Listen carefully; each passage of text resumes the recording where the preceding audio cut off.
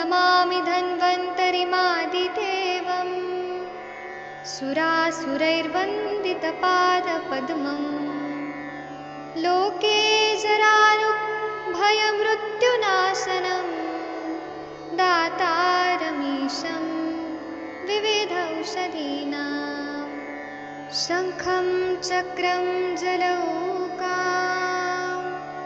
दधतं मृतघटं चारुदोर्भिश्चतुर्भिः सूक्ष्मस्वच्छातिहृद्यं शुकपरिविलसन् मौलिमम्भोजनेत्रम् कालाम्भोदोज्ज्वलाङ्गं कटितटविलसच्चारुपीताम्बराढ्यं वन्दे धन्वन्तरीतं निखिलगदवन् प्रौढदावाग्निलीलं प्रौढदावाग्निलीलं प्रौढदावाग्निलीलम्। प्रणाम सभी लोगों को। मैं वैद्य अरविंद पाठक आप सभी लोगों का स्वागत करता हूं। सभी लोगों को कोटि कोटि प्रणाम करता हूं। आइए आज हम लोग जो पल्मोनरी ट्यूबरकुलोसिस पढ़ रहे हैं उसका हम चिकित्सा पढ़ेंगे। आप सबके सब भारत के सर्वश्रेष्ठ चिकित्सक लोग हैं, सभी को मैं प्रणाम करता हूं। यहाँ पे बहुत सारे वैद्य लोग जुड़े हुए हैं। आप लोग भी अपना अपना अनुभव जरूर बताइएगा। जब भी हमारे पास राजयक्ष्मा ऐसे करके हमारा डायग्नोसिस होता है और एलोपैथी का पल्मोनरी ट्यूबरकुलोसिस ऐसा डायग्नोसिस होता है, तो हमें चिकित्सा को किस तरह से देना चाहिए, कल हमने थोड़ा चर्चा किया था। आज हम और विस्तार से चर्चा करने वाले हैं। तो जब भी टीबी का हमारे पास पेशेंट आता है ना, तो हमें एक तो मृदु शोधन करना चाहिए। दूसरा बात है कि राजयक्ष्मा के पेशेंट को मांस खिलाना चाहिए।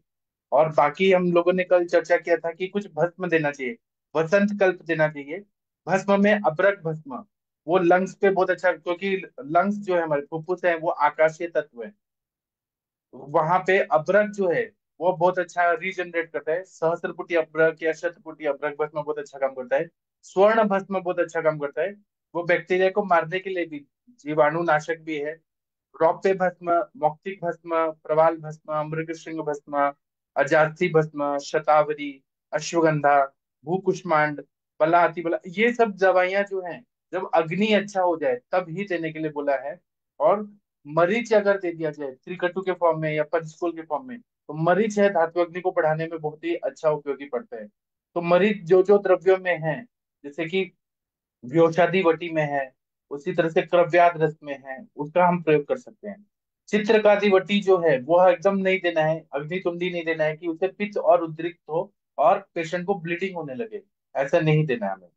इसी तरह से अगर पेशेंट को खांसी, अब एक एक सिम्टम के हिसाब से हम देखेंगे। अगर वो पेशेंट को खांसी आ रही है तो उसमें खांसी एक, क्योंकि प्राणवायु स्रोत की व्याधि है, बाद में वो फैलता है सब जगह, और हम लोग पल्मोनरी ट्यूबरकुलोसिस इसको फोकस करके कर रहे हैं, तो ये प्राणवायु स्रोत में खांसी कास, इसमें क्या होता है कि कफ स्थीवन बहुत ज्यादा मिलता है। तो सीतोपलादी चूर्ण देने के लिए आचार्य चरकाचार्य जी ने कहा है। सीतोपलादी चूर्ण में सारे दीपन पाचन और उष्ण द्रव्य हैं, लेकिन उसमें मिश्री डाला हुआ है, सीतोपला, तो वह बैलेंस तो करता ही है उष्णता तीक्ष्णता को, और साथ में ब्रीहण कर देता है, वहां पे हीलिंग करता है और मांस की वृद्धि करता है। इसलिए सीतोपलादी चूर्ण देना चाहिए काश चिकित्सा में। तालिसादी चूर्ण देना चाहिए। और सीतोपलादी और तालिसादी कब देना चाहिए, जब नाभि के ऊपर ज्यादा संप्राप्ति हो तो हमें सीतोपलादी देना चाहिए। और नाभि के नीचे भी हो, जैसे पक्वाशयगत वात हो या रिफ्लेक्स आ रहे हैं बहुत ज्यादा, भूख भी नहीं लग रही तब, और ऊपर भी है प्रॉब्लम फुफ्फुस में, तब तालिसादी चूर्ण देने से ज्यादा फायदा होता है, क्योंकि तालिसादी के ज्यादातर घटक द्रव्य अनुलोमन करने वाले हैं, पेट को अच्छे से साफ करने वाले हैं। उसी तरह से कर्पूर आदि चूर्ण जो है वह काशक में चूर्ण बहुत अच्छा काम करता है, कर्पूर आदि चूर्ण। वात प्रधान अगर काश है तो तालिसादी चूर्ण है। पित्त प्रधान अगर काश है तो सीतोपलादी चूर्ण है, क्योंकि इसमें मिश्री डाला हुआ है, पित्त का शमन करता है। कफ प्रधानता है तो कर्पूर आदि चूर्ण, यह बहुत अच्छा है। इसी तरह से बासावले, चतुष्षष्ठी पिप्पली, देने से जो चतुष्प्रहरी पिप्पली जो बोला है आचार्यों ने, वह देना बहुत उपयोगी रहता है। कफ स्टीवन बहुत ज्यादा है तो चतुर्भुज कल्प। फिर कफ केतु रस, नागगुटी, कस्तूरी कल्प देना है। उसी तरह से हम लोग चंद्रामृत रस दे सकते हैं। और ये जो है श्वास का चिंतामणि रस, ये बहुत अच्छा काम करता है। प्राणवायु स्त्रोत को बल की दृष्टि से राजयक्ष्मा में चतुष्षष्ठी पिपली या वर्धमान पिपली का प्रयोग करना बहुत उपयोगी रहता है। अभ्रक भस्म जो है वो फुफ्फुस को बल देने वाला है। और उरशत है, तो अभ्रक भस्म उरशत को भी नष्ट करता है। अगर अभ्रक भस्म को हम प्रवाल पिष्टी और श्रृंग भस्म के साथ अगर दे तो बहुत अच्छा फायदा करता है। अगर रक्त का स्तीवन हो रहा है, अगर थूकने से भी बहुत, खांसते खांसते थूकने से अगर खून आ रहा है, तो इसमें ये बहुत बड़ा उपद्रव रहता है। जीव रक्त बाहर जा रहा है और रक्तम जीव इति स्थिति, तो इसमें अत्यंत चिकित्सा की जरूरत पड़ती है। रक्त का स्तंभन करना बहुत जरूरी होता है। तो बासा जो है वो रक्त स्तीवन में सबसे उपयुक्त द्रव्य है। उसी तरह से हमें पित्त का भी शमन करना है और रक्त को भी रोकना है। और रक्त पित्त जैसी संप्राप्ति भी हुई है, तो इसलिए वासा स्वरस, वासा पुटपाक या वासा अवलेह का प्रयोग रक्त जीवन में देने से बहुत अच्छा फायदा होता है। इसी तरह से लाक्षा और गोदंती का सम्मिश्रण 2-2 ग्राम बार बार मुहुर्मुहु देना चाहिए। तो लाक्षा जो है वो संधानीय गण में है, तो वह, और गोदंती उसी तरह से यष्टि मधु को चूसने के लिए दे, या यष्टि मधु घृत दे दीपन पाचन करने के साथ में। तो यष्टि मधु बहुत अच्छा से रक्त स्तंभन करता है। उसी तरह से कामदूता है, मौक्तिक है, और चंद्रकला रस है, दूर्वा का स्वरस है। दूर्वा स्वरस तो बहुत ही अच्छा काम करता है रक्त स्टीवन अगर हो रहा है। उसी तरह से उशिर है, फिर चंदन है, फिर सारीवा है, यह भी रक्त स्टीवन के लिए बहुत अच्छा काम करता है। उसी तरह से रक्त पित्त कुलकंडन रस है, चंद्रकला रस है। रक्त स्टीवन हो रहा है तो प्रवाल पंचामृत गोदुग्ध भावित गुलकंद के साथ देने से रक्त स्टीवन रुक जाता है। अगर ऐसे ही कंडीशन है कि अतिसार हो रहा है, लूज मोशन ज्यादा हो रहा है, तो मल की रक्षा करना बहुत जरूरी है। क्योंकि जीवन जो है उसमें दोषों का क्षय हुआ है, धातुओं का क्षय हुआ है, और मल का अवस्तंभ कार्य से ही जीवन चलता है। इसलिए अतिसार उत्पन्न नहीं हो, इसके लिए ध्यान देना चाहिए। इसलिए अतिसार और उत्पन्न हो गया तो त्वरित स्तंभन करता है। इसलिए स्वर्ण परपटी, पंचामृत परपटी, कुटज परपटी, लोकनाथ रस, ये बहुत अच्छा काम करता है। उसी तरह से स्तंभन के लिए अहिफेन कल्पों का भी प्रयोग करते हैं। कुटजा रिष्ट का प्रयोग करते हैं। बिल्वावलह का प्रयोग करते हैं। बिल्व के कल्प जो है वह अतिसार को रोकने के लिए बहुत ज्यादा उपयोगी रहते हैं, स्तंभन करते हैं। या जाति फल का चूर्ण, जाति फल आदि चूर्ण, ये बहुत अच्छा काम करता है। संजीवनी गुटिका, यह भी बहुत अच्छा काम करता है। लेकिन वहां पे पित्त ज्यादा ना बढ़े। संजीवनी गुटिका अगर हम दे रहे हैं तो पित्त को हमें देख के फिर संजीवनी गुटिका का प्रयोग करना है। उसी तरह से अगर ज्वर है, दाह है, तृष्णा है, बर्निंग भी हो रहा है, प्यास लग रही है, बुखार भी आ रहा है, पित्तानुबंध लक्षण है, तो गुडुचि का प्रयोग, शतावरी का प्रयोग, फिर तिक्त रसात्मक जैसे चिरायता का प्रयोग, ये सब बहुत अच्छा उपयोगी रहता है। कुटकी जैसे तीक्ष्ण विरेचन द्रव्य ना दे, वहां पे जरूरत नहीं है कुटकी को देने का। नीम का हम स्वरस दे सकते हैं थोड़ा थोड़ा, तो वो बहुत अच्छा ज्वर दाह तृष्णा को ठीक कर सकता है। श्वास चिकित्सा अगर करनी है तो मृग श्रृंग भस्म अच्छा है। हेम गर्भ रस, श्वास का चिंतामणि, अगर सांस फूल रहा है पेशेंट को, खांसते खांसते और सांस भी फूल रहा है और उसके लंग्स भी बहुत ज्यादा वीक हो गए हैं, वहां पे शयात्मक कैविटी बन गया है, तो श्वास की चिकित्सा में कंठकारी घृत बहुत अच्छा काम करता है। भारंगी आदि घृत या भारंगी आदि अवलेह, कंठकारी अवलेह, अश्वगंधा अवलेह, उसी तरह से नारसिंह रसायन बहुत अच्छा काम करता है। च्यवन प्राशावले, आमलकी रसायन, नागबला रसायन, नागबला रसायन तो इतना अच्छा उदान पे काम करता है, नागबला रसायन देने से बहुत अच्छा फायदा होता है। इस तरह से कुछ आशा वरिष्ठ देना चाहिए युक्ति पूर्वक। जैसे कि कनकासव बहुत अच्छा काम करता है, वो ब्रोंकोडायलेटर का काम करता है। कनकासव है, पिपल्यासव है, उसी तरह से द्राक्षासव है, द्राक्षारिष्ट है, मृदुका रिष्ट मनुका से बनाया हुआ मृदुका रिष्ट है। मधुकासव है, जो महुआ से बनाया जाता है, मधुकासव है। सारीवाद्यासव है, चंदनासव है, उशिरासव है, दशमूलारिष्ट है। दशमूलारिष्ट वात कफात्मक संप्राप्ति में बहुत अच्छा काम करता है। ज्वर आ रहा है, वात कफात्मक है, तो त्रिभुवन कीर्ति रस, ज्वरांकुश रस, ये सब देना है। पित्तज अगर ज्वर आ रहा है तो सुरशेखर रस, स्वर्ण सुरशेखर रस, प्रवाल पंचामृत, कामदूधा, ये दे सकते हैं। और जब पेशेंट हमारा स्टेबल हो रहा है तो ब्रीहण और संतर्पण करने वाले आहार और औषधियों का प्रयोग करना चाहिए। ब्रीहण करने के लिए तो हम मांस का प्रयोग कर रहे हैं, और नहीं तो हम च्यवन प्राशावलेह दे सकते हैं, अश्वगंधा अवलेह दे सकते हैं, धात्री रसायन, धात्री लौ, अगस्ती प्रास, वशिष्ठ रसायन देने से बहुत अच्छा। ऐंद्र रसायन बुद्धि स्मृति को भी ठीक करेगा और शरीर को भी ताकत देगा। आम्ल की रसायन, त्रिफला रसायन बहुत अच्छा काम करता है। शिलाजीत का रसायन, अगर अग्नि अच्छा हो रहा है तो शिला जतु रसायन, लौह रसायन। और सुश्रुत के हिसाब से तो विडंग का रसायन बहुत अच्छा काम करता है। पिपली रसायन सुश्रुत के हिसाब से बहुत अच्छा काम करता है। और इसमें पिपली, अभ्रक और स्वर्ण, ये देने से बहुत अच्छा फायदा करता है। पथ्यापथ्य में बहुत जरूरी होता है पथ्यापथ्य की, पेशेंट को खाने में सुपाच्य और लघु आहार दें, और जो संतर्पण करने वाले जैसे शालीषष्ठिक दें, जो 60 दिन में पकने वाला चावल है शालीषष्ठिक। गोधुम दे, गेहूं दे। फिर बकरी का दूध दें। बकरी के जगह पे रहने के लिए पेशेंट को रखें, वो ज्यादा फायदा करेगा। बकरी का नवनीत दे, मक्खन दे। मांस में क्रव्याद मांस, जो नॉनवेज खाते हैं ऐसे प्राणियों का मांस देना है। मधुर रस युक्त पदार्थ देना है, जैसे खीर हो गया, सेवई हो गया। जलेबी अगर दें दूध के साथ, अग्नि को ध्यान में रखते हुए जलेबी रोज खाएं तो ब्रिहण बहुत अच्छा होता है। या फिर जो कुष्मांड पेठा जो होता है, पेठा का मिठाई अगर रोज दें तो वो जल्दी जल्दी हील भी करेगा और सारे व्याधियों को भी ठीक रहेगा।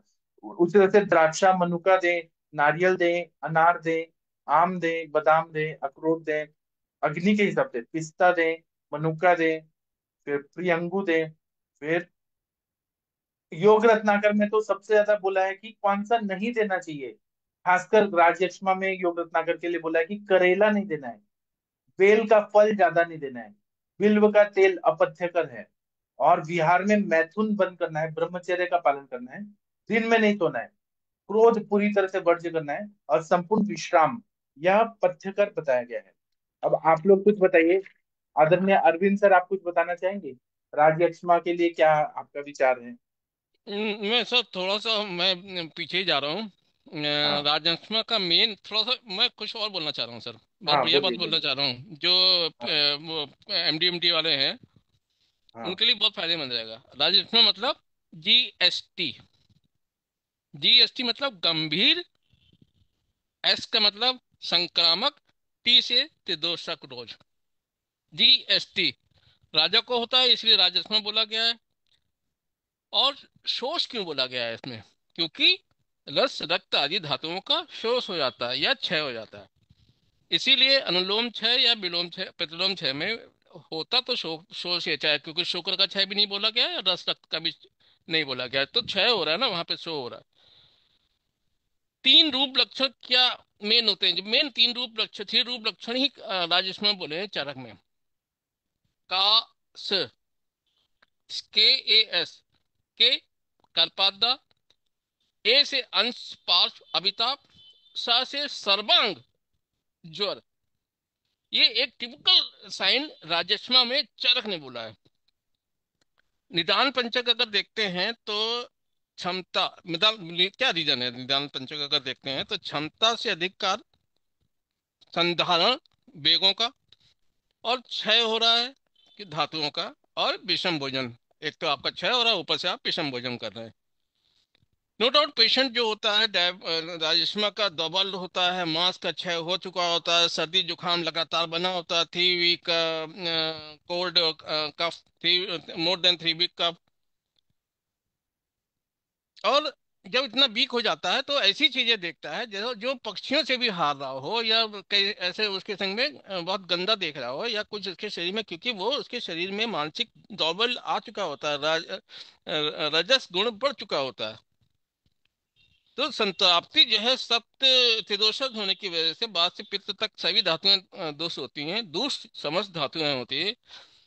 पूरा शरीर का अधिष्ठान, अधिष्ठान कहें तो पूरा शरीर होता है। और श्रोतस रस रक्त और प्राण वह श्रोतस इसके मेनली दुष्ट होते हैं। मेनली इसमें ब्रह्म चिकित्सा की जाती है। और ऐसे में ही यहीं पे जो है जितने भी नंबर गेम वाले ग्रह हैं वो इसी राजस्व में आए। जैसे 10 मूलाद ग्रत, 10 मूलादि ग्रत, पंचमूलाद ग्रत, ये नंबर वाले हैं। लेकिन इसमें चूंकि बहन पे दोष आचार्यों ने फोकस किया है, तो दुरालवादी घृत, मतलब हम लोग अमृत प्राश घृत और कल्याण कबले, ये इसी सब में होते हैं, लेकिन ये दुलाल आबादी घृत अगर अगर पुराना पुराना खांसी जुकाम या वीकनेस बहुत पेशेंट को है, वो बेस्ट काम करता है, बेस्ट। अगर हम लोग अपने चिकित्सा में इस्तेमाल करते हैं, जीवंती आदि घृत जीवनीय गुणों से बना हुआ। चरक के 50 कषायों में पहले जीवनीय कषाय बोले गए हैं, फिर वय स्थापन बोले गए हैं। तो जीवनीय घृत अगर आपको ग्रहण करना है, इसीलिए बलादी खीर, बला की खीर बनाया गया, बोला गया है। बला, इवन इवन प्ले प्रदेह जो लगाया जा रहा है, उसमें भी घृत मिलाकर में भी बला, रासना, काला तिल और मुलेठी और नीलकमल का जो है प्रदेह बताया गया है। अब अगर जो है दोषों के हिसाब से अगर हम बोला गया है, जैसे आपने बिल्कुल सही कहा कि इसमें शोधन चिकित्सा नहीं होती है, लेकिन दोष अधिक अगर हैं तो वमनम शस्य से दोष अधिका नाम वमनम सस्ते च विरेचनम। लेकिन उसमें भी इसने स्वेदोपनानम ससेत यत्न न कर्षणा, मतलब और कर्षण ना हो, इसलिए इसने युक्त विरेचन बोला गया है। और वमन भी अगर बोला गया तो मृदु वनम बोला गया, ताकि रोगी में और कष्टता ना आए।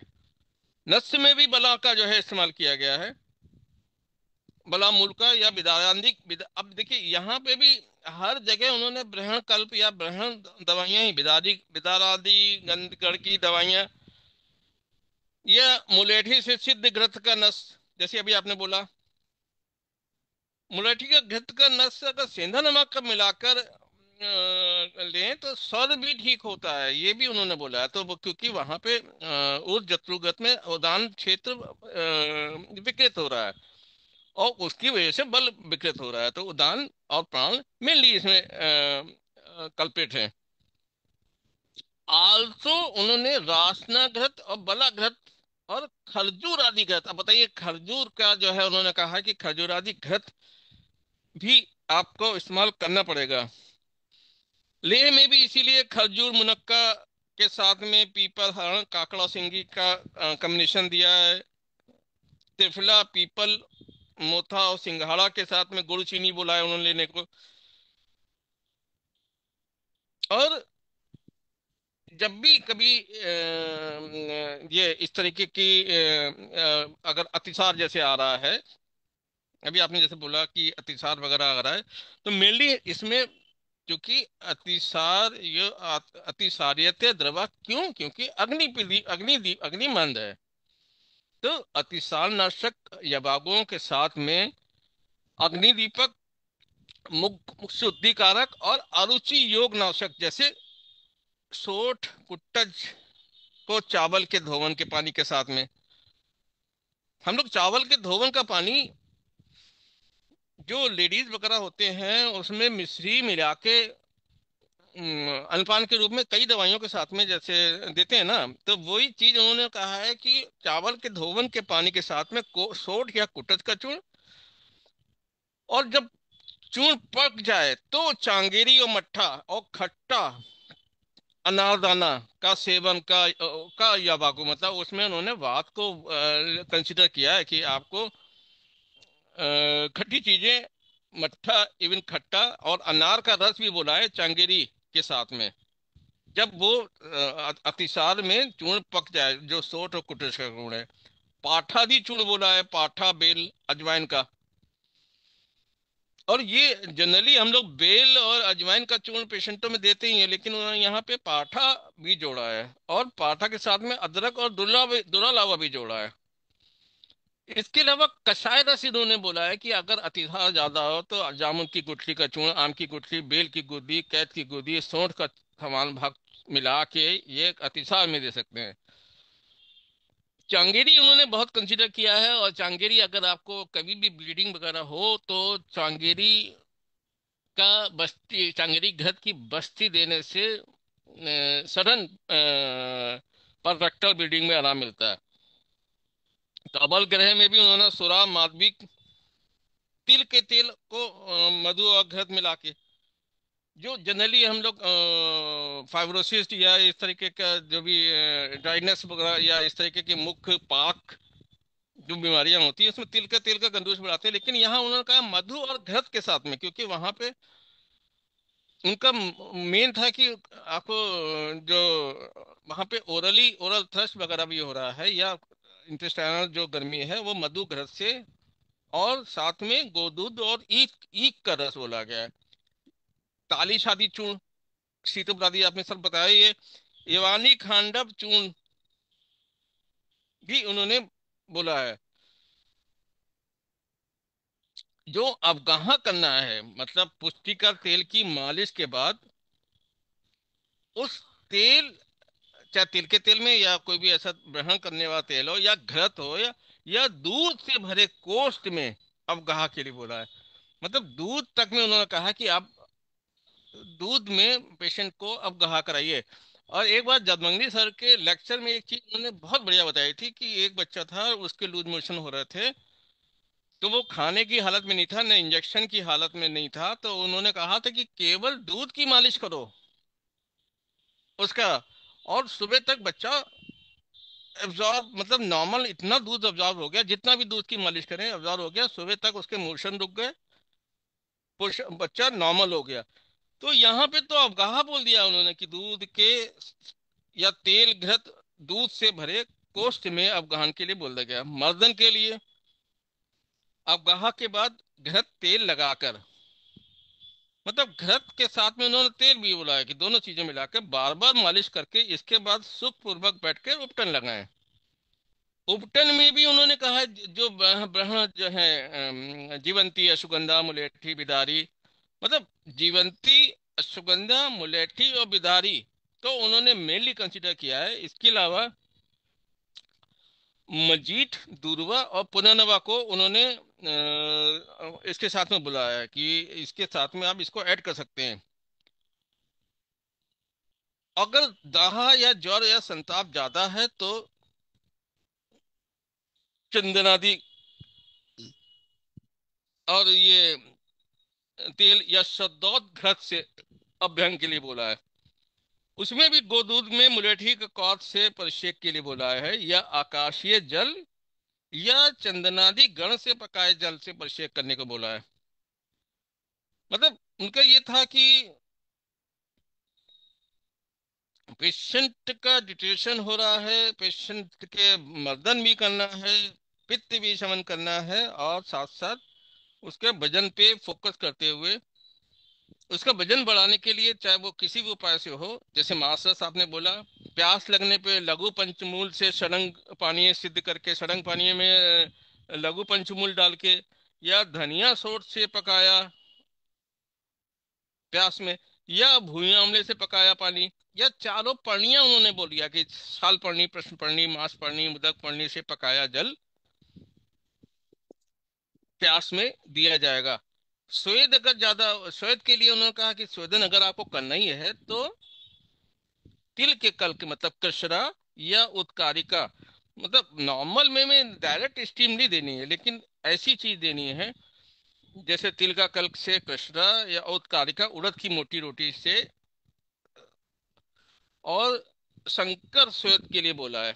परिषेक में उन्होंने वातनाशक पत्र के क्वाथ या बल्ला, यहाँ पे भी बल्ला जोड़ा है उन्होंने, गुड़ची मुलेठी में कुछ ईशत उष्ण काश से सिर का परिषेक करने को बोला। मतलब उन्होंने बड़ा गुड़ुची अश्वगंधा ये सब कहीं ना कहीं आपको बोला ही है उनके पंचमूल, और नाड़ी स्वेद में भी बृहत पंचमूल या मांस से पकाया जल से उपना। अगर आपको पोल्टिस करनी है तो जीवंती सोप बला मुलेठी बचा बेश का बेशवा निरस्थी और उपना पोल्टिस के द्वारा सेवन करने के लिए बोला है। इस तरीके से बहुत सारी चीजें हैं, लेकिन मेनली उनका फोकस रहा है कि ग्रहण करना है, और रक्त का जो छर्दी के रूप में या रक्त स्टीवन हो रहा है या रक्त का वमन हो रहा है तो उसको भी रोकना है। मोस्टली फोकस उन्होंने घृत पे किया है। अब ले भी बहुत सारे दिए हैं यशमानाशक ले में, और अभी आपने बादशाह घात शतावरी घात बोला ही है। लेकिन जीवंत्यादि जो दुर्लभादि और खरजरादि मंथ या काकोली, क्षीर काकोली या कचूर, कचूर का कल्क या पुष्कर मूल और तुलसी के बीज के साथ में चीनी गुड़ देने को बोला है। सोठ, चित्रक और धान का लावा और पीपल आंवला गुड़ के साथ में बोला है। और अगर मुख का बैरस अगर हो रहा है, मुख का स्वाद अच्छा नहीं हो रहा है, तो अजवाइन को इमली के साथ में, या तेजवल पीपल के साथ में, या दालचीनी, दारू, हल्दी और अजवाइन का, कवल ग्रह, तिल का तेल और मधुग्रत, वही बोला ही है। तो इस तरीके से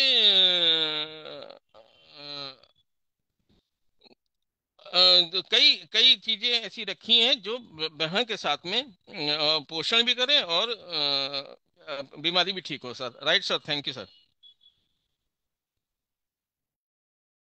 और कोई कुछ बोलना चाहते हैं तो बोल सकते हैं। मैं आप लोग को भेषज रत्नावली जो हमारा ग्रंथ है उसका मैं कुछ बताऊंगा।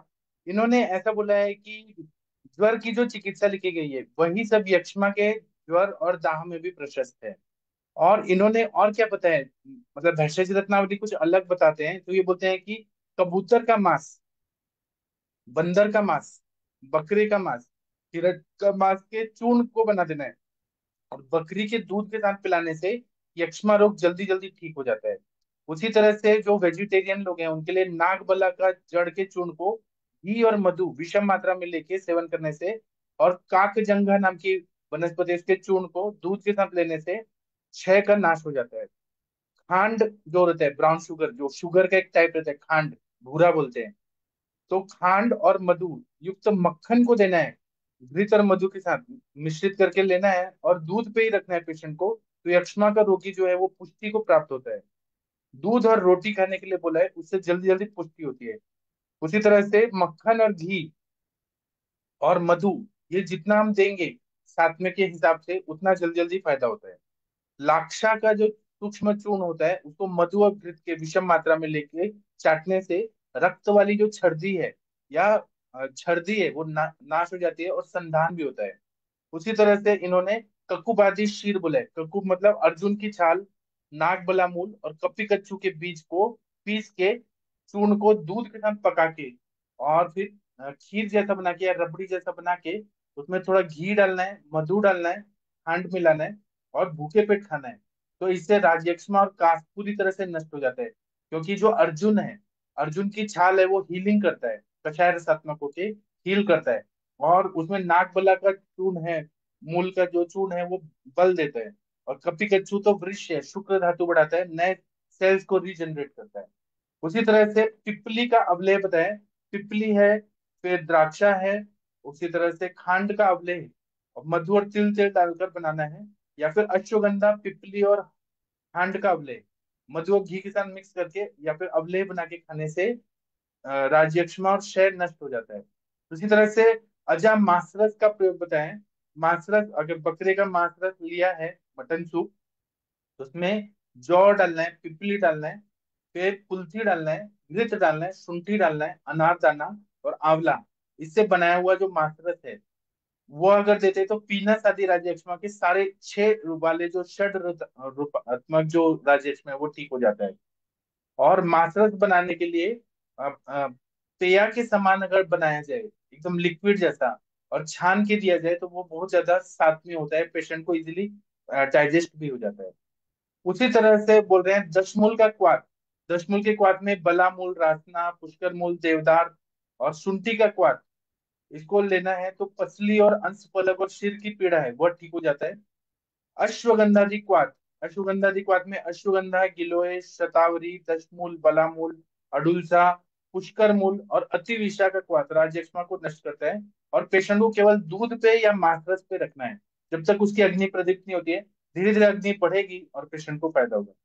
इसी तरह से बलादी चूर्ण बोला है तो बला मूल, अश्वगंधा, गंबारी का फल, शतावरी, इसको पुनर्नवा का चूर्ण, पुनर्नवा वय स्थापन गण में है और नए नए सेल लाता है, पुनः नवती, तो वो नए सेल लाता है, इसलिए पुनर्नवा का प्रयोग दूध के साथ लेने से राज्य को ठीक करता है। इसी तरह से सीतोपलादी चूर्ण जो चरक में बोला है उसी का अवलेह बना के इन्होंने बोला है। तो इससे ग्रहण जल्दी होता है। सितोपलादी अवलेह बोला है भेषज रत्नावली में। इससे क्या होता है कि अरुचि, बहुत साउथ की कंपनियां भी बनाती है, सितोपलादी अवलेह बनाती हैं। तो अरुचि, मंदाग्नि, पार्श्वशूल, ज्वर, ऊर्ध्वक रक्तपित्त, ये सब ठीक हो जाता है। इसी तरह से लवंग आदि चूर्ण बोला है, भेषज रत्नावली में सब दिया हुआ है। तालिस आदि मोदक बोला है, कर्पूर आदि चूर्ण बोला है, फिर एलादि चूर्ण बोला है, फिर अजा पंचगव्य घृत बोला है, अजा से बनाया हुआ, अजा के मूत्र से, अजा का दूध से, बकरी का मांस रस, बकरी का दूध, दही, ये सबसे अजा पंचगव्य घृत, अजा के 5 चीजों से बनाया हुआ, बकरी के। जीवन त्यादि घृत बोला है, छागलाद्य घृत बोला है। उसी तरह से बला गर्भ तेल बोला है, अभ्यंग के लिए स्वल्प चंदनादि तेल बोला है, चंदनादि तेल बोला है, बृहद लाक्षादि तेल बोला है, चंदनादि तेल बोला है। खाने के लिए बृहद वास्कादि अवलेह बोला है, बासा अवलेह भेषज रत्नावली का सबसे अच्छा है। च्यवन प्राश के लिए बोला है, सर्पी गुड़ जो है पूरा शतशृंग निदान जो चरक संहिता में है, उसी का पाठ यहाँ पे, चक्रदत्त का पाठ सर्पी गुड़ बोला है। वहां पे 5-7 तरह के सर्पी गुड़ बताए हैं, वह देने के लिए बोला है। सर्पी मतलब घी और गुड़ और वनस्पतियां। एलादि मंत्र बोला है, पिपली घृत बोला है, निर्गुंडी घृत बोला है, बहुत सारे ऑप्शन बताए इन्होंने। अमृत प्राश घृत बोला है। फिर उसके बाद में यक्षमारी लौह करके एक दवाई मार्केट में मिलता है, यक्षमांतक लौह, ये भी मार्केट में मिलता है, रजताति लौह, फिर कुमुदेश्वर रस, फिर उसके बाद कनक सुंदर रस, लक्ष्मी विलास, महालक्ष्मी विलास रस है, वो बहुत अच्छा काम करता है, 6 गज केसरी रस। फिर उसके बाद में रसेंद्र गुटिका बोला है, श्रृंगाभ्र रस, ये हमारे सर भी बहुत बोलते हैं, श्रृंगाभ्र रस, राजयक्ष्मा रोगाधिकार भेषज रत्नावली में। फिर राज मृगांक रस, ये सबसे बेस्ट दवाई है, जो यक्ष्मा के जो यक्ष्म जो जीवाणु है उनको भी मार देता है। तो इसमें रस सिंदूर 3 भाग, स्वर्ण भस्म 1 भाग, ताम्र भस्म 1 भाग, मनशिला, हड़ताल, गंधक, इनको मिलाकर कौड़ियों में भर देना है, पीली कौड़ियों में भर देना है, और बकरी के दूध से और सुहागे में पीस कर कौड़ियों का मुख बंद कर देना है। फिर मृत में रखकर संधि बंद करके गजपुट देना है, स्वांशित होने पे चूर्ण कर लेना है, और यह राज मृगांक रस बन जाता है, जो रस सिंदूर वगैरह डाला हुआ है। तो इसका प्रयोग पिपली और काली मिर्च के साथ, 2-2 रत्ती के साथ सेवन करना है, तो यह पूरी तरह से राज्यक्षमा को दूर करता है। महामृगांक रस भी बोला है, मृगांक चूर्ण भी बोला है। इसी तरह से सर्वांग सुंदर रस, हेम गर्भ पोट्टली रस, उसी तरह से वृहद कांचनाभ्र रस, वृहद 6 केशरी रस, फिर द्राक्षारिष्ट बोला है, अश्वगंधा रिष्ट बोला है। इतना बढ़िया बढ़िया द्रव्य बताए हैं। तो ये सब देने से बहुत अच्छा फायदा होता है। उसी तरह से योग रत्नाकर अगर हम देखते हैं, तो उन्होंने एक एक चीज के लिए एक एक चीज बताया, जैसे कि कास आदि है तो सीतोपल आदि चूर्ण देने से बहुत अच्छा फायदा होता है। क्षय और कास है तो लवंग आदि चूर्ण बोला है। उसी तरह से अगर बहुत ज्यादा उल्टी आ रही है, स्वर विकार है, पीनस है, भक्त द्वेष है, तो कर्पूर आदि चूर्ण बोला हुआ है। इसी तरह से अश्वगंधा आदि चूर्ण बोला है, शकुब आदि चूर्ण बोला है, ज्यादातर कुछ कुछ कॉमन ही है। फिर उसके बाद में द्राक्षादि चूर्ण बोला है, फिर शिलाजति का प्रयोग बोला है योग रत्नाकर में। उसी तरह से शिलाजतु को अलग अलग चीजों के साथ देने के लिए बोला है। उसी तरह से बोला है कि वासावलेह, खंड पिपल्यादि अवलेह, और नवनीत का प्रयोग, मक्खन का प्रयोग करने से बहुत अच्छा फायदा होता है। शिवा गुटिका बोला है, शिवा गुटिका देने से फायदा होता है। सूर्य प्रभा गुटिका, अलग अलग योग रत्नाकर अगर खोल के देखेंगे तो उसमें बहुत सारी चीजें बताई हैं। चंदन बला लाक्षादि तेल का पीने के लिए भी बोला है, और अभ्यंग के लिए भी बोला है, तो बहुत अच्छा फायदा होता है। आसावरिश में पिपल्यारिश बोला है। फिर उसके बाद में खरजूरासव बोला है, और मोदक में गुड़ुच्ची आदि मोदक बोला है। चतुर्मुख रस, बहुत अच्छा से फायदा होता है। रत्न गर्भ पुट्टली रस, राज मृगांक रस, इन्होंने भी बोला है। इसी तरह से त्रैलोक की चिंतामणि रस बोला है। लक्ष्मी विलास, महालक्ष्मी विलास रस बोला है। स्वर्ण भूपति रस, यह आप लोगों ने नाम सुना होगा। चिंतामणि रस, योग रत्नाकर का चिंतामणि रस बहुत अच्छा काम करता है। वसंत कुसुमाकर रस, लोकेश्वर रस, प्राणदा परपटी, कुमुदेश्वर रस, ये जो मैं बता रहा हूँ ये सब कॉमनली मिलता है। महामृत्युंजय रस, फिर उसके बाद में ये सब चीजें बोली हैं, तो इससे बहुत अच्छा फायदा होता है। और पेशेंट का माइंड पे काम करने के लिए मांगलिक गीत, जो पारंपरिक गीत होते हैं ना पुराने जमाने के, वह सुनने के लिए देना है। वाद्य, प्रिय स्तुति और हर्षोत्पादक और आश्वात्मक, आश्वासनात्मक ऐसे आचरण करना है। और पेशेंट को बोलना है कि गुरु की सेवा करें, मंदिर में देवताओं की पूजा करें, ब्रह्मचर्य पालन करें, दान करें, तपस्या करें, देवताओं की पूजा करें, सत्य आचरण करें, सूर्य की उपासना करें, और वैद्यों की पूजा करें, विप्रो की पूजा करें। ये सब मानसिक चिकित्सा है, वो सब करने हैं, हवन करें। तो ये दैव व्यपाश्य चिकित्सा माइंड को भी हील करता है। तो जितना हम कर सकते हैं उतना करने के लिए बोलना है। स्वर्ण परपटी रस, ये देने से बहुत अच्छा फायदा होता है, ऐसा योग रत्नाकर में बताया है। चलिए, आप लोग कुछ बताना चाहेंगे तो बता सकते हैं, प्लीज कोई बोलिए। अंजना मैडम, आप कुछ बोलना चाहेंगी? मंदाकिनी मैडम, वीना मैडम, कुछ बोलिए आप लोग।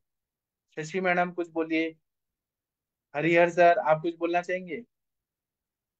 बोलिए बोलिए, शर्माइए मत। आप लोग राज्य यक्ष्मा में क्या देना चाहेंगे? मुनमुन प्रताप जी, आप कुछ बोलना चाहेंगे? अंजना मैम जी बोली तो उनका सुनने को बहुत अच्छा लगेगा। Anjana Anjana madam ma'am. तो अभी चली गई, आई थी लेकिन अच्छा। चली गई मैम। अच्छा। सर ताली शादी का अच्छा उपयोग होता है ना वहाँ पे, क्योंकि हाँ तालिस पत्र ताली शादी तो कफ पूती गंध कफ का कम करता है। क्योंकि दुर्गंध बहुत आता है कि कफ को, इन्फेक्टेड कफ को, तो ये तालिस आदि से बहुत अच्छा होता है। और सीतोपलादि में जो वंशलोचन है, तो बांस में अंदर के साइड जो कोटिंग वंशलोचन का होता है, उसको उसी प्रकार वो लंग्स में भी कोटिंग करता है। और हाँ ना। हाँ, बराबर आप बोल रही हैं। तो उसके बारे में और थोड़ा कुछ आपको मालूम है तो बोल अब दिया अभी तो। पूरे पल्स फॉर्मेशन हो रहा है, तो वहां पे हाँ। हम ऑप्शन है, स्वर्ण कल्प दें या रस कल्प दें, या फिर हम भस्म दें, या फिर हर्बल दवाई दें। तो अगर हर्बल बोल रहे हैं तो फिर चालीस आदि चूर्ण अच्छा है। अगर हाँ। आप रसकल्प बोल रहे हैं तो महामृत्युंजय लौ है, फिर आनंद भैरव रस है, कासरोग अधिकार का बताया वो, मतलब जो कंडीशन है राज मृगांक रस है, स्वर्णकल्प बृहत्वा चिंतामणि है, उसी तरह से काश्वास चिंतामणि रस है। ऐसे बहुत सारे द्रव्य हैं जो दे सकते हैं हम लोग। महालक्ष्मी विलास रस है, बहुत अच्छा काम करता है। हम्म। वंशलोचन ही ऐसा द्रव्य है जो पृथ्वी और आकाश में आभूत प्रधान द्रव्य है। करेक्ट। और और आकाश श्रृंग में भस्म आभूत भी है। प्रधान द्रव्य श्रृंग है या भस्म भी है मतलब सर, वाद श्रृंग भस्म। है। श्रृंग भस्म, मृग श्रृंग भस्म हाँ भी। शंख मृग, हाँ। हाँ मृग शंख, yes yes yes yes yes. वो जो अंदर जो भी उसके आकाश रहता है, मतलब ऐसी दवाइयां जो ऊपर की तरफ चले, चाहे वो कूपी पक्व हो जैसे रस सिंदूर, मल सिंदूर या पंचसूत्र, जो ऊपर की तरफ उड़ती हुई बनती हैं। आभ्रक हो गई, मृग शंख हो गई, और वंशलोचन हो गया। तो ये या भारंगी हो गई, या कंटकारी हो गई, या कचूर हो गई, या ये इस तरीके की जो भी ऐसे यही दवाइयां ऊर्ध जंतुगत रोगों में, जो चाहे रसवश होता सो, या रक्तवश होता सो, या श्वास वश होता सो, उसमें ये दवाइयां एक्सीलेंट काम करती हैं। नाक बंग को तो भूल ही नहीं सकते, क्योंकि नाक बंग ग्रहण भी करेगी और वो पुष्ट भी करेगी। और टंकण वगैरह का भी रोल रहता है इसमें। और अभ्रक भस्म का भी। अभ्रक तो मैं वही बोला ना, आकाशीय है ना, वो अभ्रक भी आकाशीय हाँ। है, तो वो तो आकाशीय की तरफ उर्वश होता या श्वास होता पे तो बढ़िया काम करेगी।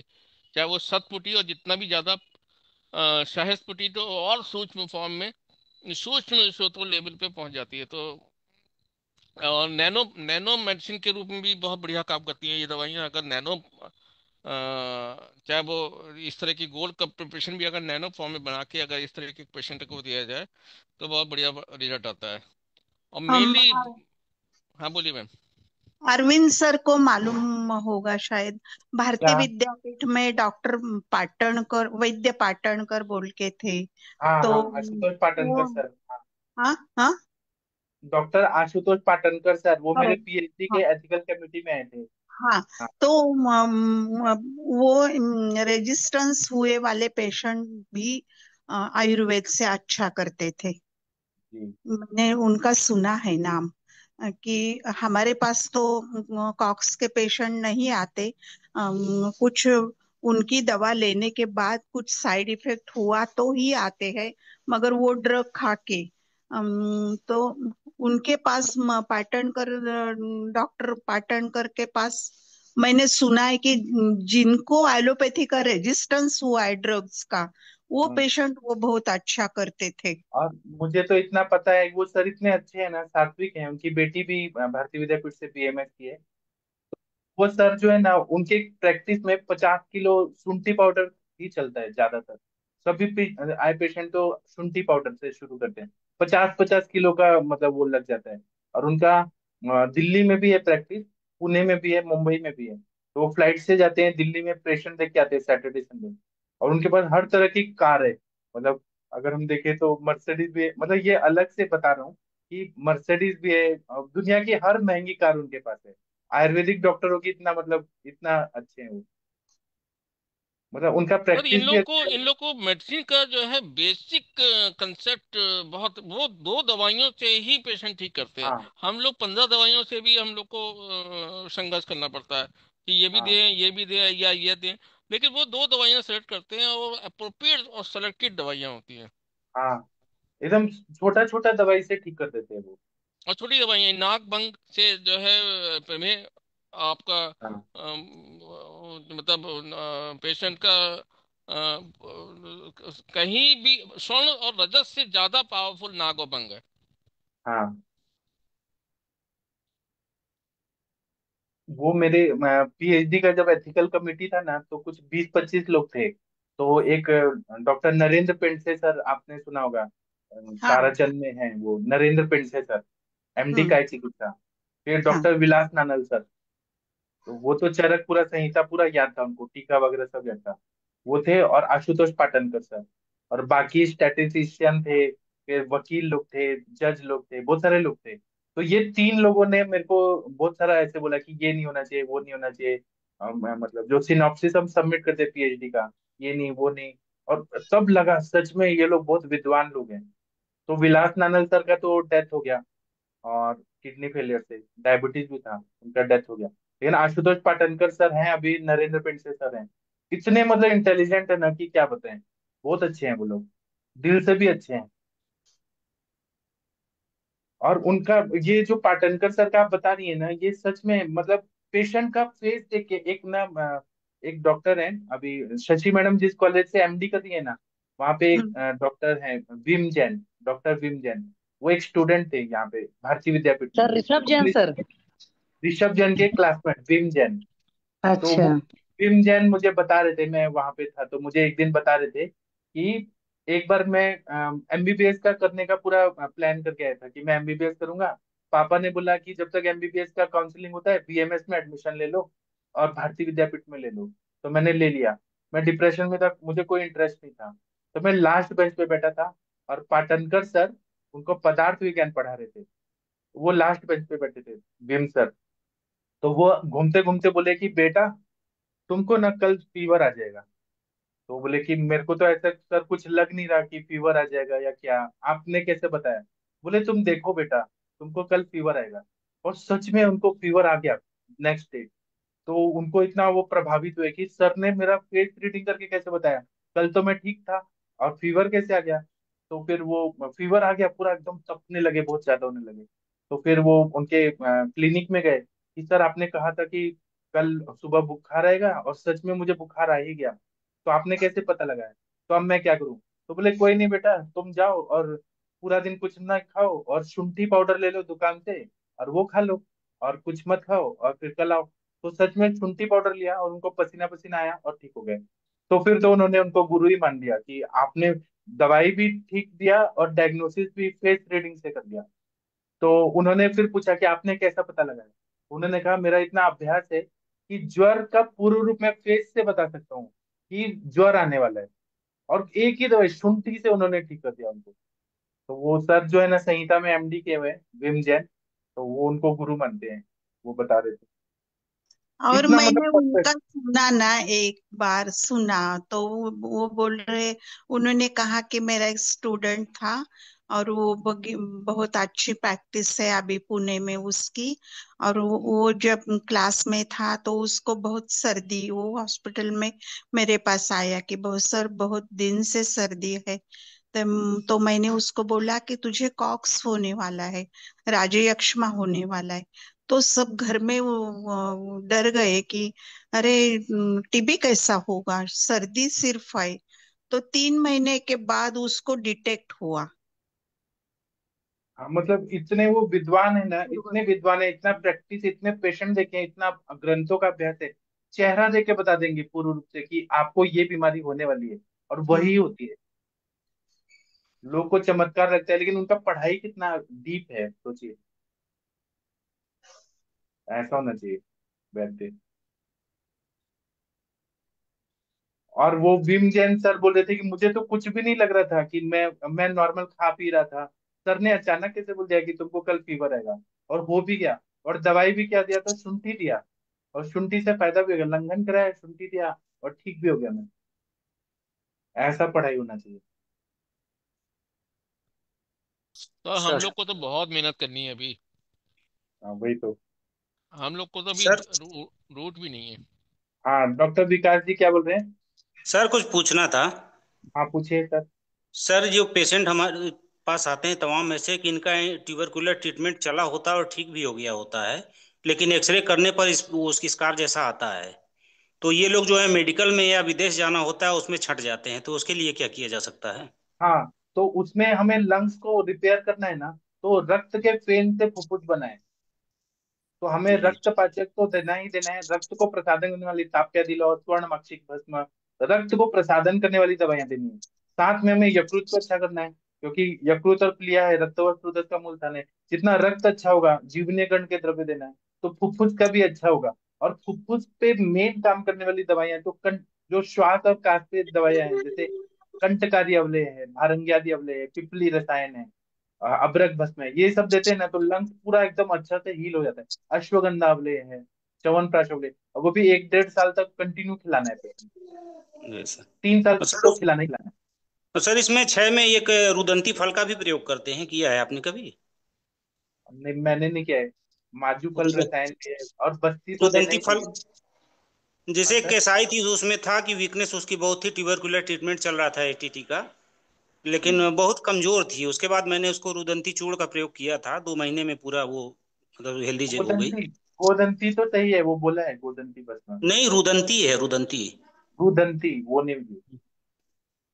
गोदंती तो उदंती यानी कौन सा द्रव्य उदंती यानी? रुदंती गोदंती। फल, फल होता है, अच्छा। उसी अच्छा। का चूर्ण। अच्छा। रुदंती। जी। का हाँ। पर्यायी नाम क्या है और रुदंती का?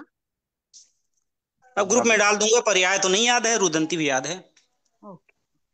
बॉटनिकल और नेम के एक साथ। एक ना हमारे आयुर्वेद के एक बहुत बड़े विद्वान सर थे, जो जामनगर आयुर्वेद यूनिवर्सिटी जो है, उसके वो डीन थे, डॉक्टर सीपी शुक्ला सर। उनका एक बार व्यासपीठ में लेक्चर हो रहा था, मैं फर्स्ट ईयर या सेकंड ईयर में बीएमएस में था। तो वो सर को पूरा हैरिसन का बुक याद था, पूरा एक एक पेज नंबर, और चरक संहिता पूरा याद था। तो उन्होंने जो लेक्चर लिया था, 3 साढ़े 3 घंटे का लेक्चर हुआ था, वो हैरिसन की बुक और चरक संहिता इसको कोरिलेट करके पढ़ा रहे थे। चरक संहिता का जो टीका है ना, आयुर्वेद दीपिका, बोलते थे पेज नंबर ये पलटो, इसमें ये श्लोक लिखा है, श्लोक नंबर ये है। फिर वो हरिसन से बताते थे कि ये रेफरेंस है। मतलब उनको एक एक चीज याद था, ये इतना डीप स्टडी, और याद मेमोरी भी कितना शार्प। पूरा चरक संहिता का पूरा श्लोक के श्लोक याद थे उनके। बच्चे यहाँ पे चरक संहिता खोल के देख रहे हैं ये श्लोक, और सर वहां पे माइक पे बोल रहे हैं कि ये है। सोचिए कितना पढ़ाई किया होगा। ऐसे ऐसे नांदेड़ विद्वान में, लोग हैं ना। जी। नांदेड़ आयुर्वेद कॉलेज में एक कट्टी सर थे, वो भी ऐसा ही था उनका। आपको मालूम होंगे शायद हाँ कट्टी हाँ सर। हाँ। बिंदु माधवराव कट्टी।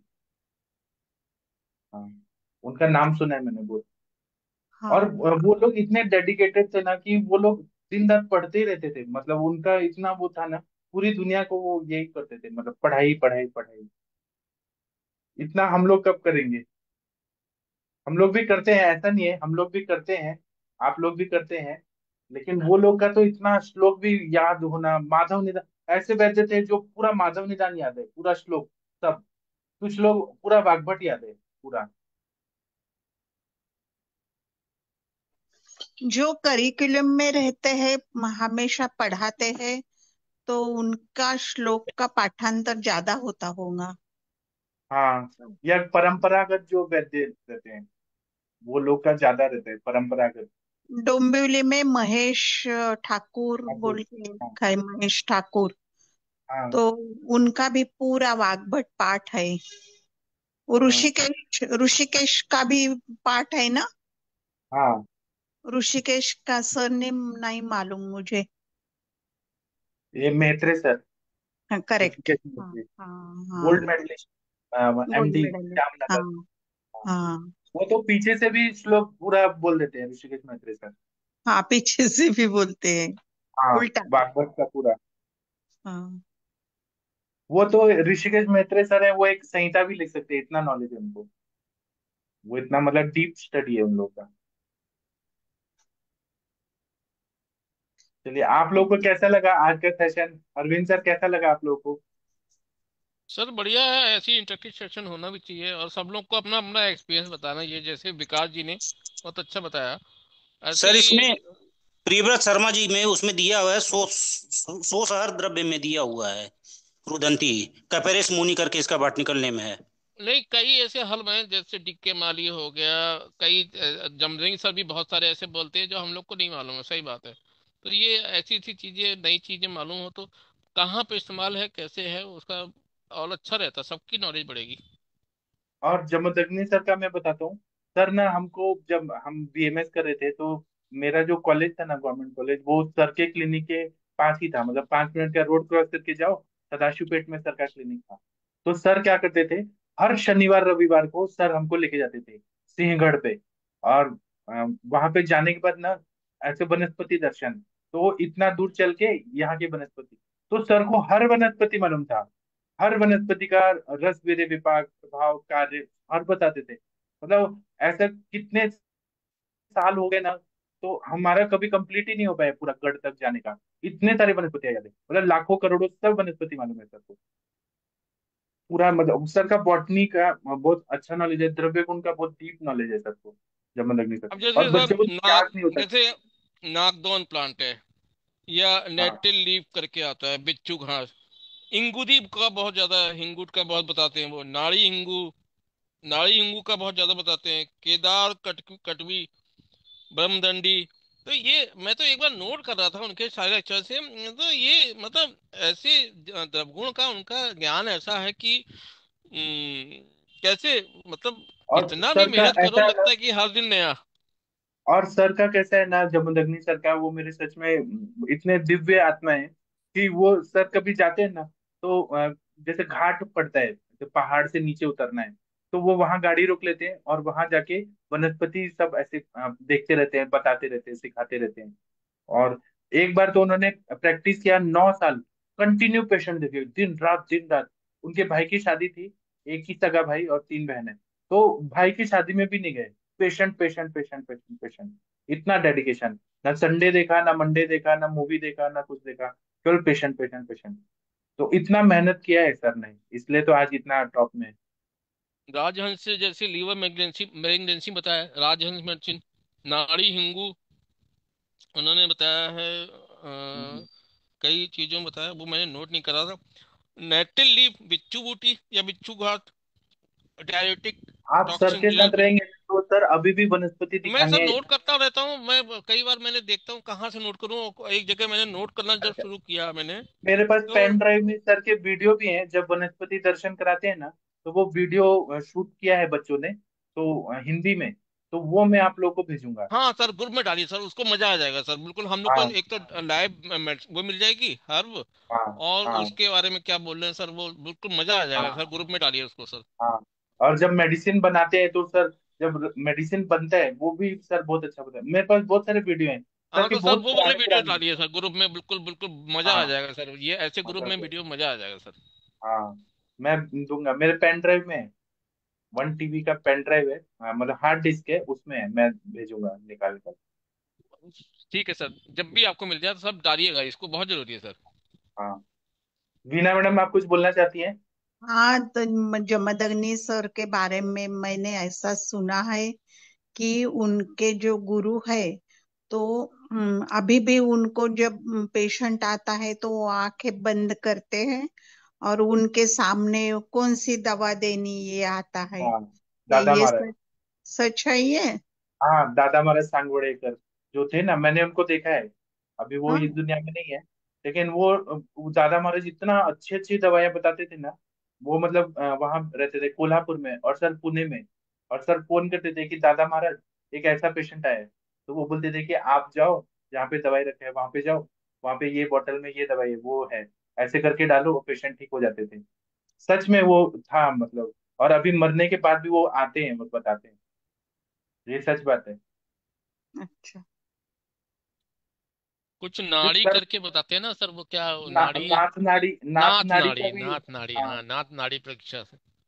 हाँ। और क्या है ना कि सर ना, दादा महाराज जो बताते ना ये दवाई दे दो, तो सर बाद में वो रिसर्च करते हैं कि वो क्यों बताया, वो दवाई क्या काम है हम्म उसका। हम्म तब ये हम्म। पता चलता है, वो नाड़ी से पता चलता है, वो नाथ साधना नाड़ी है। परीक्षा। हाँ, और वो साधना है सर का इतना। आप भी हमें ऐसा बताओ ना।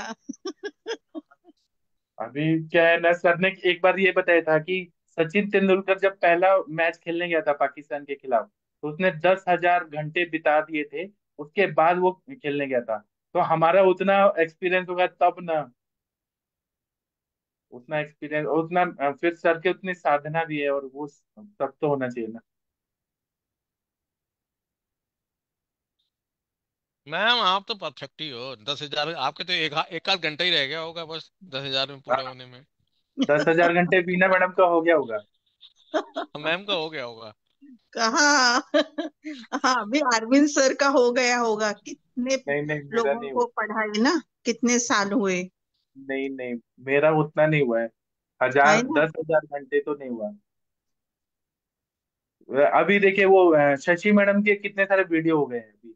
मैडम के 5,000 वीडियो हो गए होंगे यूट्यूब में। शशि मैडम का कॉन्फिडेंस भी बहुत अच्छा हुआ है। हाँ, शशि मैडम पहले नेचुरोपैथी योगा बताती थी, ज्योतिष बताती थी, अब देखिए आयुर्वेद बताती है। हाँ ना? हम्म। कितना चेंज दिख रहा है और उनमें। आपको भी पहले मराठी आता था, हिंदी बोलना ही नहीं आता था आपको, अब धीरे धीरे पूरा कल एकदम। तो भगा दिया उन्होंने मरीज को, अब देखूंगी नहीं, जाओ। कल मरीज पे, शुक्ला जी पे ऐसी भड़की मैम ना, अब तो तुमको देखना ही नहीं, डॉक्टर बने हो, जाओ। कौन से शुक्ला जी? कल शुक्ला जी को अरे शुक्ला जी थे ना, शुक्ला जी थे, कौन थे वो? कल मैम ने तो बिल्कुल कायदे पांडे से। जी थे। पांडे पांडे जी। जी, अभी भी है, अभी भी है, अविनाश कुमार पांडे जी, अभी भी नहीं है। नहीं वो, अरे मैं गलत बोल गया, ठीक है, सॉरी। हाँ जी, कितनी जोर से बोलती है, हाँ जी। कौन, शशि मैडम ना? हाँ। मैडम एकदम मैं नारियल तो की सोचा तरह है। दबंग 2 चल रही है, हाँ जी पांडे जी। हाँ। लेकिन शशि मैडम का बहुत ऐसे डेडिकेशन बहुत अच्छा है, पढ़ाई बहुत अच्छा करती है। सर वो जानते डॉक्टर्स का इतना कमी निकाल रहे थे, तो वो ऐसे की चिकित्सा थोड़ी होती है। 8 रोगी भिषक बस्य पहला लाइन है, तो भिषक बस्य तो थे ही नहीं, इसलिए मुझे गुस्सा आ गई। और हाँ जी सर, पंजाब का सर, पंजाब में हाँ जी बोलते हैं हर बात में ना। हम एक आपकी नक्कल कर रहे थे। एक बार ना, पुणे में खड़ी वाले वैद्य थे, आपको पता है? बीना मैडम, खड़ी वाले वैद्य। हाँ हाँ वो इतने गुस्से वाले डॉक्टर थे ना, उनके पास कोई भी गया ना तो पेशेंट थर थर कांपते थे। वो हाँ बोलते थे इधर क्यों आए, वो क्यों आए। पेशेंट बहुत ऐसे डरते थे। और एक नानल सर थे, वो तो पेशेंट को ऐसे मारते थे, फट फुट ऐसे मारेंगे और पेशेंट ठीक हो जाएंगे। उन लोगों का कुछ अलग ही प्रभाव था। मतलब वो अच्छे के लिए मारते थे, लेकिन मारते थे पेशेंट को। वो नाना। विलास मानल के चाचा हाँ जी थे, हाँ हाँ, कोई तो थे। आजोबन से मित्र। हाँ। और वो खड़ी वाले वैद्य कितने गुस्से वाले वैद्य थे। पेशेंट लोग ना ऐसे कांपते थे, किसी किसी तो मैंने देखा है कि यूरिन हो जाता था डर के मारे। और एक ऐसे ही सावंतवाड़ी के एक सर थे, ओम प्रकाश पांडे सर, एचओडी संहिता के। वो वाइवा लेने आते थे ना चरक का, तो बच्चे लड़कियां तो सारी रो रो के निकलती थी, और बॉयज को तो यूरिन हो जाता था, इतना डरते थे इस सर से। वो पांडे सर आ गए तो सारे बच्चों को फेल। और ऐसे ऐसे क्वेश्चन पूछते थे ना, ऐसे ऐसे कि बच्चे घबराते थे, हार्ट बीट बढ़ जाता था। ऐसे डेंजरस टीचर भी मैंने देखे हैं आयुर्वेद के। और विद्वान थे, ऐसा नहीं है, आता भी था उनको बहुत, मतलब विद्वान लोग थे वो लोग। हमारे टाइम में सर टीचर्स का जलवा रहता था, अब तो टीचर्स का मतलब कुछ रहता ही नहीं है। हम अपने प्रिंसिपल सर से आज भी डरते हैं। आप भी टीचर बनने वाली हो अभी? हाँ, अभी मैम हम तो एक साल बहुत के सख्त बाद इंसान है। हम तो अभी अपने एलुमनी मीट में गए थे, मैंने बच्चों को बोल दिया, हमारे बॉस ही प्रिंसिपल थे कॉलेज के, और वहीं के वो भी थे, एलुमनी भी थे। तो मैंने बोल दिया, मैंने कहा आपके प्रिंसिपल सर सीधे हैं, इसका मतलब ये थोड़ी है कि आप लोग अपना डेकोरम मेंटेन नहीं करेंगे। आप लोग अपना डेकोरम मेंटेन करिए। मैंने कहा मुझे डिसिप्लिन से बाहर कोई नहीं पसंद है। तो बच्चे शांत हो गए। लेकिन शशि मैडम का डेडिकेशन है, अच्छी टीचर बनेंगी एक दिन, मजा आएगा। वो गुस्सा कर रही है ज्यादा। शशि अब मैडम गुस्से ना वाली हो एक गई है। एक माँ है। माँ है, जैसे अगर जैसे बच्चा एमडी खत्म आँख होने में जा रहा है, आँख डाले। गुस्सा बढ़ता जा रहा है मैम का। शशि मैडम ना नहीं बच्चे सर, की ऐसा तरफ। नहीं है। देखिए बच्चे अगर अच्छा काम कर रहे हैं तो ठीक है, हैप्पी।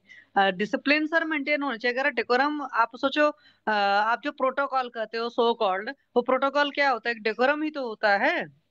और नहीं मेंटेन करोगे तो कई बार अब बच्चे, पता लगा प्रिंसिपल खड़ा है उसके कंधे पर हाथ रख दे रहे हैं। What is this? पता चला नहीं प्रिंसिपल मैम, ये उसमें तो जगह निकालने की कोशिश कर रहे हैं बच्चों के बीच में।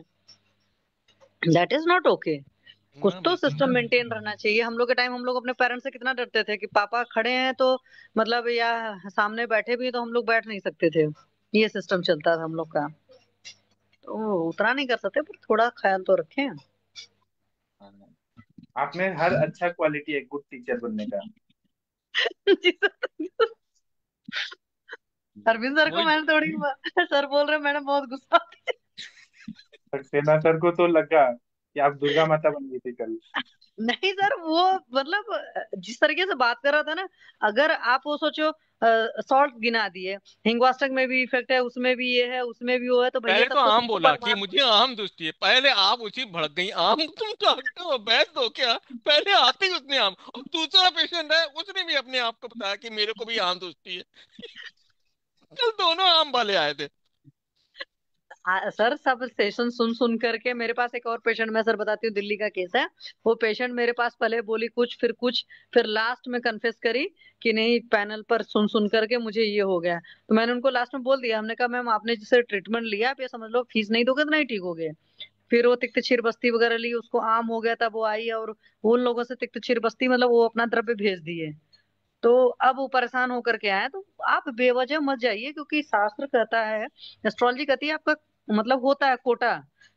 डॉक्टर की सिर्फ फीस से तो बच जाते हो जब आप डॉक्टर के पास नहीं जाते हो।